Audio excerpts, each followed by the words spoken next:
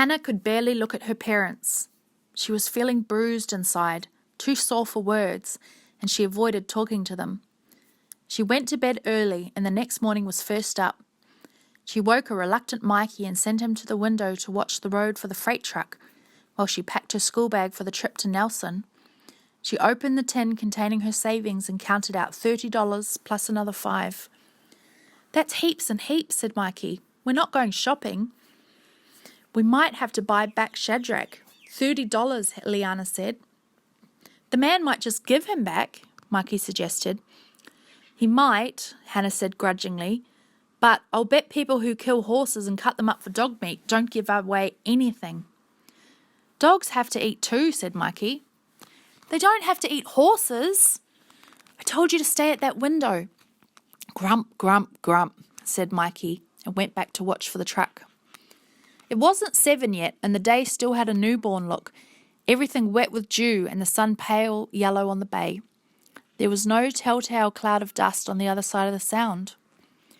Having stowed the money in the bottom of her bag, Hannah then got an empty cardboard box and into it put several stones wrapped in tissue paper.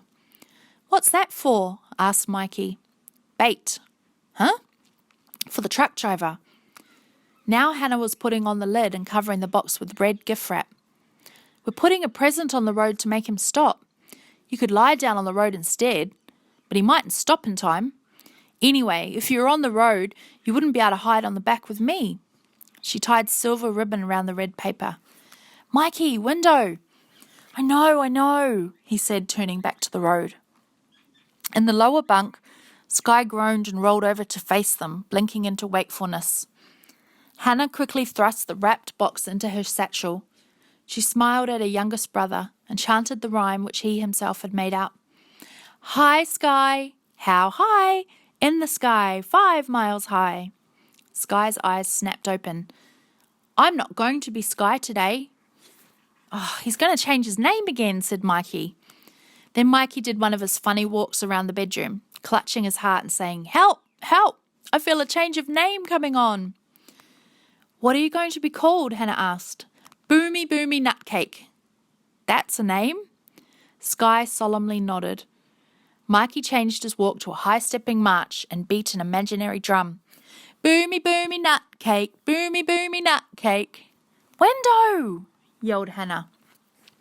He saluted, did a quick turn and leaned over the sill. "Not in sight, sir." "What's not in sight?" asked Sky. At that moment, Sophie put her head round the door. "You two up already? Good egg. Come on, Sky, hit the floor." "I'm not Sky, I'm Boomy Boomy Nutcake." "That's his name for the day," said Mikey. Sophie laughed. "Nutcase, more like it. I just want to announce that breakfast's ready when you are." "What are you looking at, Mikey?" "The freight truck," said Mikey, pointing to the billowing dust which flowed into the bay.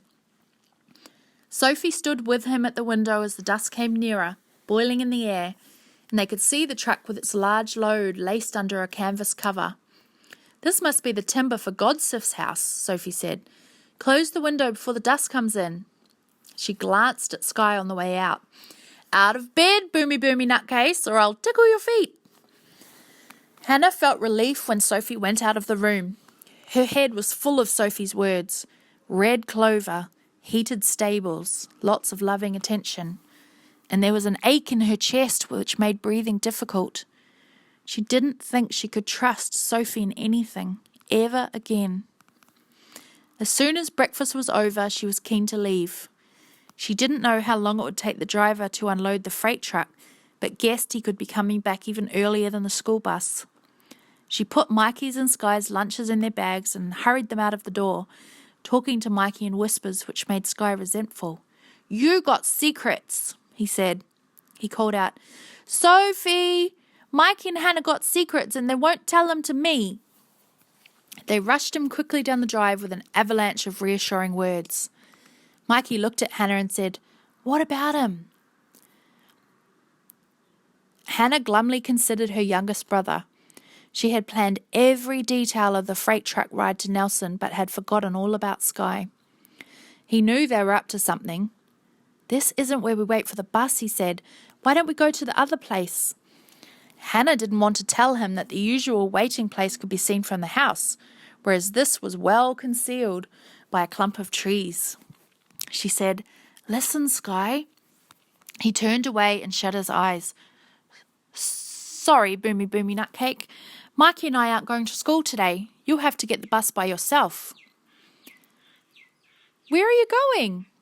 "To Nelson," said Mikey, "to get Shadrach." Hannah glared at him. Mikey always blurted too much. "I'm going too," said Sky. "You can't," said Hannah. "It's hard and dangerous. You'll have to go to school as usual." Sky was looking from one to the other. "Why are you getting Shadrach?" So then they had to tell him, quickly, urgently, one eye on the road for the sign of dust, which could mean school bus or freight truck. "I'm coming with you," said Sky, jumping up and down and clutching the seat of his pants. I am so." Hannah looked helplessly at Mikey, who shrugged and said, "As soon as he gets on the school bus, Mr. Gerritsen is going to ask him where we are." "I'll tell," Sky said triumphantly. "All right," said Hannah, "you can come too." Mikey and Sky stood in the grass at the end of the road while Hannah climbed up the bank to a place where she could see the whole of the bay. The sun was already hot, and a fine film of dust covered the bush and tree ferns. Sky was picking up stones and throwing them down into the sea on the other side of the road. Mikey didn't join him. Hannah could tell from his scrunched-up look that he was unhappy. The school bus came down the road first. "Hide!" cried Hannah. The other two came scrambling up the bank beside her, and they all pressed back amongst the manuka and tree fern. The small red bus, covered with the dust, slowed down near their usual waiting place, then stopped. Hannah held her breath. She had expected it to drive past, but the bus waited there, busy with arms and legs and voices, and with Mrs. Gerritsen behind the wheel, looking up towards the house. She tooted once, twice. "Apricot," Hannah breathed. "Apricot, apricot." Neither Joe nor Sophie came out of the house. Mrs. Gerritsen tooted again and the bus moved away. Its dust had barely settled when a new cloud appeared and they heard the familiar rumbling of the freight truck. Quickly, Hannah dived down the bank with the red wrapped parcel and placed it in the middle of the road a few metres further on. She climbed back up the bank. "We should be able to jump from here, right onto the back of the truck. We'll have plenty of time. It'll take him ages to unwrap those stones." They waited, crouched among the branches, as the white truck came into the sweep of the bay, groaning and rattling in its own dust storm. Closer it came, closer, and then there was a shrill sound of brakes and a great shuddering as the driver pulled up by the package. He got out to pick it up, but that was only part of the plan that worked. The truck was too far away from the bank for them to jump. They had to slide down and then haul themselves onto the back of the tray, which was very high off the ground. Nor was there much time. The driver didn't open the parcel. He took it back to the cab, slammed the door, and put the truck in gear. Hannah and Mikey were on the back, but Sky was dangling, held by the wrists. Dust spurted up from the wheels, blotting out everything. Hannah could see only Sky's face, tight with terror. They pulled and pulled. He was too frightened to help them. Gradually, he came up over the edge of the tray, and Hannah held him tight. Hannah lifted up the edge of the heavy canvas cover. It was laced to the sides, but loose enough for them to crawl under. They huddled together on the bare tray. It was hot and dark and so bumpy that their bones shook, but there wasn't much dust under the cover. Hannah breathed deeply, amazed that they had actually done it. She put her arm around Sky, who had stopped crying and was now very quiet. She realized from the smell of his clothing that he'd wet himself. "Don't worry," she told him. "It'll soon dry." Under the cover, it was difficult to judge distance. Hannah lifted the canvas a little, expecting the truck to be halfway out of the sound, and saw that they were only about 10 kilometres from home. This was going to take forever and ever, she thought. Sky lay against her, sucking his thumb. "Hey, Sky, do you want a story?" His thumb came out of his mouth. "Boomy, boomy, nutcake." "I'll tell you an HM adventure." Mikey groaned. I'm sick of sheep stories. What about the adventures of a world champion chess player? Hannah hesitated. She didn't do well at chess. Even Sky could beat her. It's a new HM story. Oh, all right, said Mikey. Apricot. Apricot, said Sky over his thumb. Apricot, said Hannah, closing her fingers. She picked up her storytelling voice and began. I told you how the splendorous spirit of Hannibal Megasaurus can go anywhere, didn't I? In the sky, on the water, under the water, through walls. This isn't new, snorted Mikey. Shut up, Mikey. Yes, the spirit of Hannibal Megasaurus goes anywhere she likes and then comes back to the sacred space on the rock of sacrifice. One day, the spirit of HM was away in Nelson and these people went up the creek. They were really terrible people. They trampled all over the sacred places. They chopped down trees and pulled out ferns. No, said Sky. Don't let them do that. It's only a story, Mikey said. Hannah shifted on the bouncing boards. They didn't believe in magic. They didn't care about anything. They saw the body of Hannibal Megasaurus on her rock and they said, How utterly gross. It's only the skeleton of an old sheep. The man said, Let's take it away. And the woman said, Why don't we burn it? We'll throw it on the rubbish heap, said the man. Bury it, said the woman. Sky sucked in his breath. I'm scared. No, don't be. Just listen. Then the woman said, I've got this really choice idea. Why don't we sell this old sheep to the place where they make bone meal for gardens? We'll get some money for it. And the man said, Yes, that's what we'll do. So they put the body of Hannibal Megasaurus on the back of their truck and took it away. But do you know what happened? There were 3 birds sitting in a tree, listening and watching. They flew to Nelson and told the spirit of Hannibal Megasaurus what had happened. Was she angry? She came rushing back across the water so fast, everyone thought she was a hurricane going by. She found her body lying on the back of the truck.